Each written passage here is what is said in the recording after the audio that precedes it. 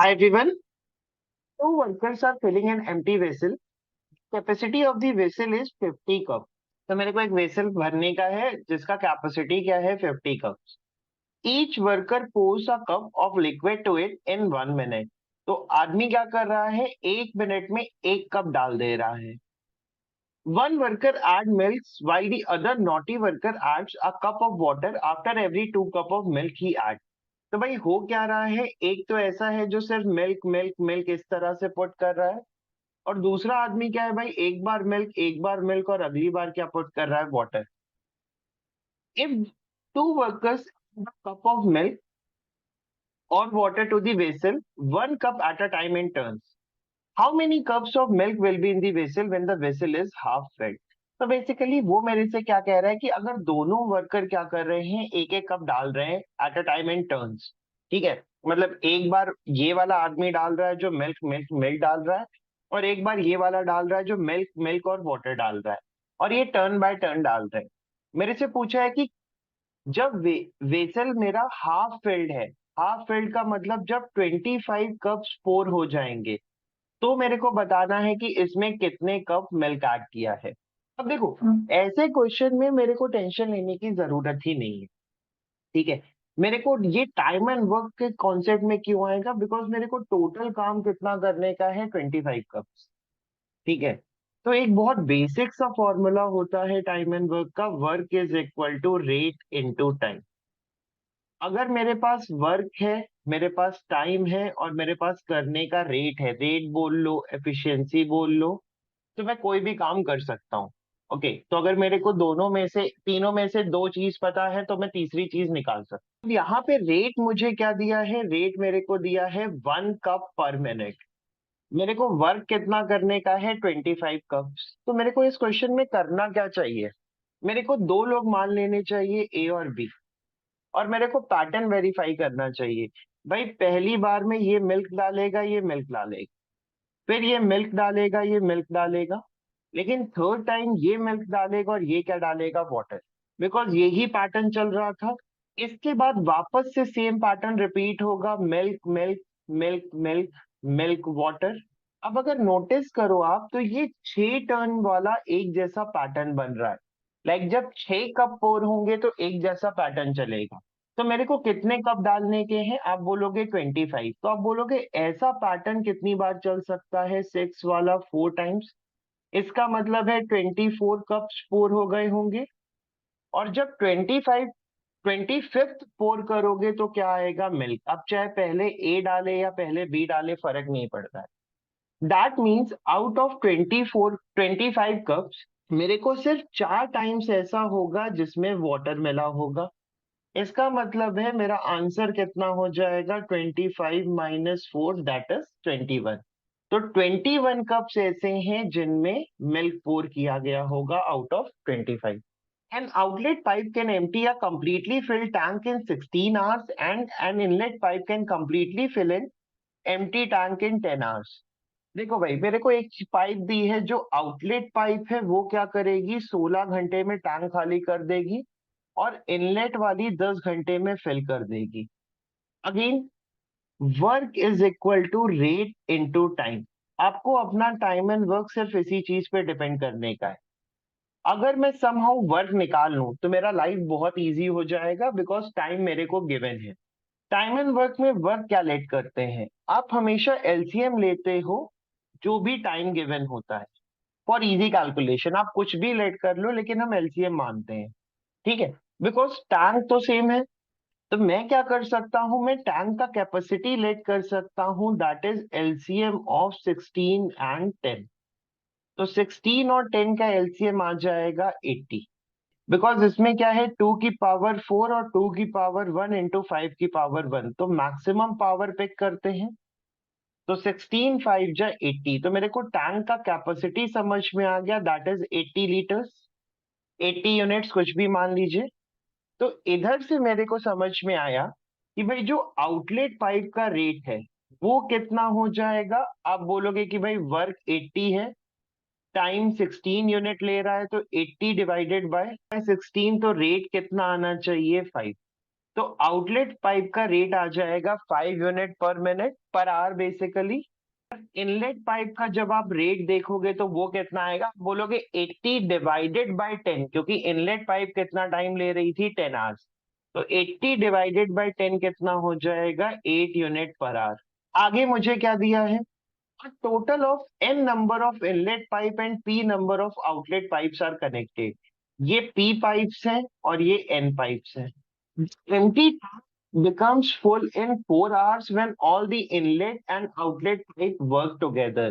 देखो भाई, empty tank 4 घंटे में फिल हो जा रहा है, तो आप बोलोगे कि भाई 8 इंटू एन से पानी जा रहा होगा, 5 इंटू पी पाइप से पानी निकल रहा होगा, और ऐसा कितनी देर में किया है, 4 घंटे में। और इसके बाद आप बोलोगे कि टैंक की कैपेसिटी कितनी थी, 80। Which of the following can not be the value of N plus P. इधर से इसको सॉल्व कर लेते हैं, 4 1 जा 4, 20। इधर से हो जाएगा 8n minus 5p is equal to 20। अब देखो n और p नंबर ऑफ पाइप्स हैं, तो ये इंटीजर आनी चाहिए। तो आप क्या करोगे, इनमें वैल्यू रख रख के देखोगे। इसके बाद मैं क्या करूंगा, बिकॉज ये एक इक्वेशन 2 वेरिएबल है, तो मैं इसको इस तरह से फॉर्म कर लूंगा, 8n is equal to 20 plus 5p। n is equal to 20 plus 5p divided by 8। इसको मैं फर्दर लिख सकता हूं 2 plus 4 plus 5p divided by 8। Because n और p इंटीजर है, तो मेरे को ये समझना पड़ेगा 4 plus 5p should be divisible by 8, तभी मेरा काम बनेगा। इसके बाद मेरे को क्या करने का है, p का वैल्यू 1 2 3 4 रख के देख लेने का है, बिकॉज p और n दोनों इंटीजर होने वाले हैं। जब मैं p को 1 लूंगा तो 4 plus 5 9, 9 is not divisible by 8। फिर मैं p को 2 लूंगा, 5 2 जा 10 plus 4 14 is not divisible by 8। फिर मैं 5 p को 3 लूंगा, तो 5 into 3 is 15, 15 plus 4 19 is not divisible by 8। फिर मैं p को 4 लूंगा, 5 4 जा 20 प्लस 4 24 इज डिविजिबल बाय 8। तो मेरे को पहला सॉल्यूशन मिलेगा जब p 4 है, तो मैं बोलूंगा n और p। पहला सॉल्यूशन इज जब p 4 है, तो आप p 4 रखोगे तो n का वैल्यू आ जाएगा 2 plus 24 by 8, that is 2 plus 3, और मेरे को ये वैल्यू मिल जाएगा 5। तो पहला सॉल्यूशन है जब n 5 है और p 4 है। हमसे पूछा गया था can not be the value, तो ऑप्शन ए इज आउट, क्योंकि 9 पॉसिबल है। अगला वैल्यू के लिए आप क्या करोगे ना, जब मैं p का वैल्यू रख रहा हूं तो मेरे को सीधे सीधे डिनोमिनेटर ऐड कर देना चाहिए। होता क्या है कि भाई देखो, एक बार ये 4 पे आया था, तो अगला कब आएगा, जब आप 4 प्लस 8 करोगे। जैसे 8 की डिविजिबिलिटी है, तो अगर एक नंबर एक बार 8 से कट रहा है, तो अगली बार वो 8 ऐड करने पे ही कटेगा। दैट मीन्स मेरे को अगला वैल्यू मिलेगा जब मैं p का वैल्यू कितना रखूंगा, 12। इसको चेक करके n का वैल्यू निकालते हैं। आप बोलोगे 2 plus 4 plus 5 into 12 divided by 8। 60 plus 4 64, 64 divided by 8 is 8, तो 2 प्लस 8 कितना आ जाएगा, 10। n का नेक्स्ट वैल्यू कितना हो जाएगा, 10। अब देखो, आप इसको सीधा सीधा ऐड कर सकते हो, जैसे ये डिफरेंस कितना है 8 का, इधर डिफरेंस कितना है 5 का। नेक्स्ट वैल्यू 15 हो जाएगा और उसका अगला वैल्यू 20 हो जाएगा। तो मेरे को 22 मिल सकता है, 9 मिल सकता है, 35 मिल सकता है, और इसके बाद आप बोलोगे 20 और 28, तो मेरे को क्या मिल सकता है, 48। और इसी के साथ मैं बोल सकता हूँ 48 भी नहीं होगा, तो answer should be option D. A decent enough question. अब इसमें क्या है, टाइम एंड वर्क के साथ मेरे को स्पेशल इक्वेशन भी ऐड कराया गया है। स्पेशल इक्वेशन बोलते हैं या एडवांस लीनियर इक्वेशन बोलते हैं इसको। Work involving shifting of heavy machine hard to be completed in 50 days. तो मेरे को 50 दिन में काम खत्म करने का है। Only one male worker worked on the first day. तो हो क्या रहा है भाई, पहले दिन सिर्फ एक मेल वर्कर काम कर रहा है। अब women join him on the second day, तो सेकेंड डे क्या होगा कि भाई एक मेल भी करेगा और एक फीमेल भी करेगा। One more male worker join him on the third day. Third day क्या हो रहा है भाई, दो मेल काम कर रहे हैं और एक फीमेल काम कर रही है। One more women joined them on the fourth day। चौथे दिन क्या होगा भाई, 2 आदमी काम करेंगे और 2 औरतें काम करेंगी। This process continue till 48 days. ऐसा कब तक चलेगा भाई, 40 दिन तक। And the job was completed in the scheduled time. इसका मतलब है जो लोग 40 दिन तक काम करेंगे, मतलब जो लोग 48 डे काम करेंगे, अगले 41 to 50 डेज, मतलब रिमेनिंग 10 डेज भी वही लोग काम करेंगे। तभी अपना काम 50 दिन में पूरा होगा। 3 women together perform as much work as being done by 2 men। मेरे को दिया है कि भाई 3 औरतें उतना काम कर रही हैं जितना 2 men कर रहे हैं। तो देखिए इससे क्या होगा, मेरे को पता है कि ऐसे क्वेश्चंस में हर वेमेन का रेट सेम लेना है और हर मेल का रेट सेम लेना है। इधर से मैं बोलूंगा कि मेल जो है वो 3 यूनिट काम कर रहा होगा, और जो विमेन है वो कितना काम कर रही होगी, 2 यूनिट काम कर रही होगी। तो मेरे को इनका रेट पता लग गया कि भाई ये डेली डेली बेसिस पे कितना काम कर रहे हैं। पूछा क्या गया है, how many days will 30 men take to complete the job. मेरे को ये बताना है कि सेम काम 30 आदमी कितने दिन में कर देंगे। तो अगर मैं सम हाउ टोटल वर्क निकाल लूं तो मेरा लाइफ इजी हो जाएगा। टोटल वर्क निकालने के लिए देखते हैं। आप बोलोगे भाई पहले दिन कितना काम हो रहा है, क्योंकि मेल कर रहा है तो इट वुड बी 3 यूनिट। दूसरे दिन मेल और फीमेल दोनों कर रहे हैं तो 5 यूनिट। तीसरे दिन एक मेल बढ़ गया तो मेल का 3 यूनिट बढ़ जाएगा, 1 यूनिट। फीमेल बढ़ गया तो 2 यूनिट बढ़ जाएगा, 10 यूनिट। इस तरह से 13 15 चलता जाएगा। अब अगर आप 40th डे की बात करो, तो 48 डे क्या होगा, क्योंकि 20 दिन मेल बड़े होंगे और 20 ही दिन फीमेल बड़े होंगे, तो 48 डे 20 मेल काम कर रहे होंगे और 20 फीमेल काम कर रहे होंगे। और इधर रिमेनिंग 10 डेज भी 20 मेल और 20 फीमेल काम करेंगे। तो मेरे को जो 48 डे का वर्क मिलेगा that would be 20 into 3, that is 60। और विमेन का हो जाएगा 40। तो 100 यूनिट काम हो रहा होगा बाकी के दिनों में। तो मेरे को टोटल वर्क निकालने का है, तो पहले मैं 1 से लेके 40 वाला निकालने की कोशिश करूंगा, बिकॉज बाकी के 10 दिन का इज इजी। 100 into 10 मेरे को पता है 1000 यूनिट काम हो रहा होगा 41st to 50th डे। तो मेरे को यहाँ से पैटर्न पिक करना होगा, बिकॉज ये इजी समेशन है नहीं। तो मेरे को यहाँ से क्लिक किया कि भाई 3 8, नेक्स्ट वुड बी 13 क्योंकि मेल बढ़ेगा, नेक्स्ट वुड बी 15 क्योंकि फीमेल बढ़ेगा। इस तरह से पैटर्न चलेगा। तो मेरे को समझ में आया 3 8 13 ये एपी चल रही होगी with common difference of 5। And second AP would be 5 10 15, इस तरह से। मेरे को यहाँ पे सॉल्व करने के लिए क्या आना चाहिए, एपी का summation, that is S N is equal to n/2 2a प्लस n-1 into d। अगर मेरे को ये फॉर्मूला आता है तो मेरा लाइफ इजी हो जाएगा। इसको पिक कर लेते हैं। आप बोलोगे n क्या होता है, नंबर ऑफ टर्म्स। ठीक है, कितनी टर्म्स ऐड करनी है। ए क्या होता है, ए होता है फर्स्ट टर्म कि एपी शुरू कहाँ से हो रही है। और डी होता है कॉमन डिफरेंस कि भाई कितने डिफरेंस से बढ़ रही है या कम हो रही है। तो मेरे को एपी के लिए पहले मैं ऑड टर्म्स वाला निकालूंगा, ऑड डेज वाला। तो इधर से समेशन हो जाएगा S N is equal to, क्योंकि 40 डेज है तो 20 ऑड डेज होंगे, 20 इवन डेज होंगे। तो आप बोलोगे 20/2। यहाँ पे ए कितना हो जाएगा, 3। आप बोलोगे 2 into 3 प्लस एन हो जाएगा 20, तो 20 - 1 इज 19 और डी हो जाएगा 5। इसको सॉल्व करेंगे तो आ जाएगा 10। 6 और 95 को ऐड करेंगे तो 101, तो 1010 समेशन आ जाएगा 1357, इस तरह से। नेक्स्ट समेशन मैं निकालूंगा जो इवन डेज की एपी चल रही है। इसको मैं SN1 मान लेता हूँ, इसको SN2 मान लेते हैं। SN2 हो जाएगा 20/2 क्योंकि 20 टर्म्स ही रहेंगी। यहाँ पे ए हो जाएगा 5, तो आप बोलोगे 2 into 5। एन कितना हो जाएगा 20, और 20 - 1 इज 19, तो ये हो जाएगा 19 into 5, क्योंकि डिफरेंस अभी भी 5 का ही है। इसको सॉल्व करेंगे तो आ जाएगा 10। 10 + 95 इज 105, तो ये आ जाएगा 1050। ये मेरा आ गया 40 डे तक का काम। तो मेरा जो टोटल वर्क होगा वो हो जाएगा SN1 SN2 प्लस ये 1000 यूनिट जो उसके बाद 20 मेल और 20 फीमेल काम कराएंगे, तो ये हो जाएगा 1000। इनको ऐड करते हैं, 1010 प्लस 1050 प्लस 1000। ये आ जाएगा 3060। मेरे को क्या बताना है कि भाई 30 men को काम करने में कितना टाइम लगा, तो मैं बोलूंगा भाई वर्क कितना है 3060 डिवाइडेड बाय 30 आदमी, और ये डेली बेसिस पे कितना काम कर रहे हैं 3 यूनिट। तो 0 0 कैंसल्स आउट, 102, और 102 को जब आप 3 से डिवाइड करोगे तो 34। तो my answer for this question would be option D, that is 34।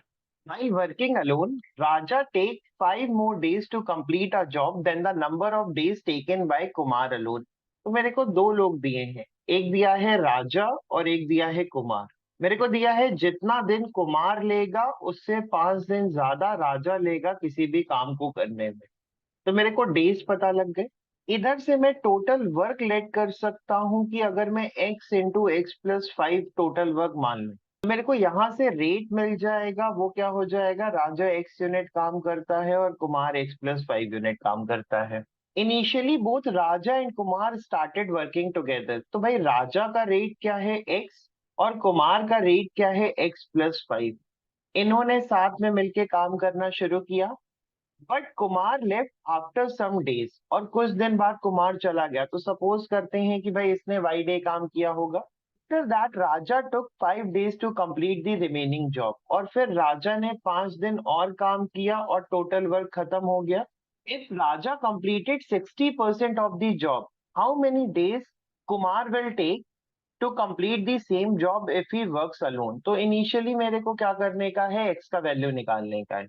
अब देखिए यहाँ पे 60% का यूज मैं कैसे करूं।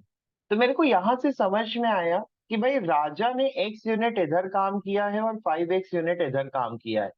तो x into Y plus 5x किसको करस्पॉन्ड कर रहा है, 60% काम। और जो दूसरा है दैट इज राजा, राजा ने कितना काम किया है, x+5 इंटू वाई यूनिट्स, और ये किसको करस्पॉन्ड कर रहा है, 40% ऑफ द काम। अब मेरे को समहाउ इन चीजों को मैच करके अपना आंसर निकालने का है। इधर से मेरे को क्लिक किया कि अगर मैं समहाउ y का वैल्यू निकाल लूं तो मेरा काम बन जाएगा। तो मैंने ये सेकेंड इक्वेशन का यूज किया। मैंने बोला भाई x+5 इंटू वाई, और ये 40% टोटल वर्क का कितना हो जाएगा, दिस इज टोटल वर्क, तो ये हो जाएगा x into x+5। This cancels out, तो y का वैल्यू कितना आ जाएगा, 2/5 ऑफ x। अब जैसे ही मेरे को y का वैल्यू मिला इन टर्म्स ऑफ x, तो मैं इसको इस इक्वेशन में पुट कर दूंगा। इसको पुट करेंगे तो हो जाएगा x into 2/5 of x plus 5x, और 60% ऑफ टोटल वर्क हो जाएगा 60/100 into x plus 5। X x x cancels out, 0 0 gone, 2 3 जा 6, 2 5 जा 10। इसको सॉल्व कर लेते हैं तो ये हो जाएगा 2/5 of x plus 5 is equal to 3/5 of x plus 5। तो मैं 5 से पूरे इक्वेशन का मल्टीप्लाई करा दूंगा, तो ये हो जाएगा 2x+25 is equal to 3x+15, और इधर से x का वैल्यू आ जाएगा 10। तो my answer for this question should be 10। To do a certain piece of work, B would take 3 times as long as A and C together. देखिए B को कितना टाइम लग रहा है, 3 times as long as A and C together. अब देखो इसको मैं कैसे कर सकता हूँ। मेरे को पता है work is equal to rate into time होता है। मैंने बी का एफिशिएंसी बी मान लिया, ए का ए मान लिया, सी का सी मान लिया। ठीक है, तो बी का वर्क कितना आ जाएगा, मैंने मान लिया कि बी को 3t टाइम लगता है काम करने में। This would be equal to total work. A और सी को कंबाइन कितना टाइम लगेगा, टी, और ये किसके बराबर आएगा, total work. That means 3b is equal to A plus C होना चाहिए, बिकॉज टोटल वर्क तो सेम ही कर रहे हैं। तो इधर से मेरे को एफिशिएंसी में एक इक्वेशन मिल जाएगा।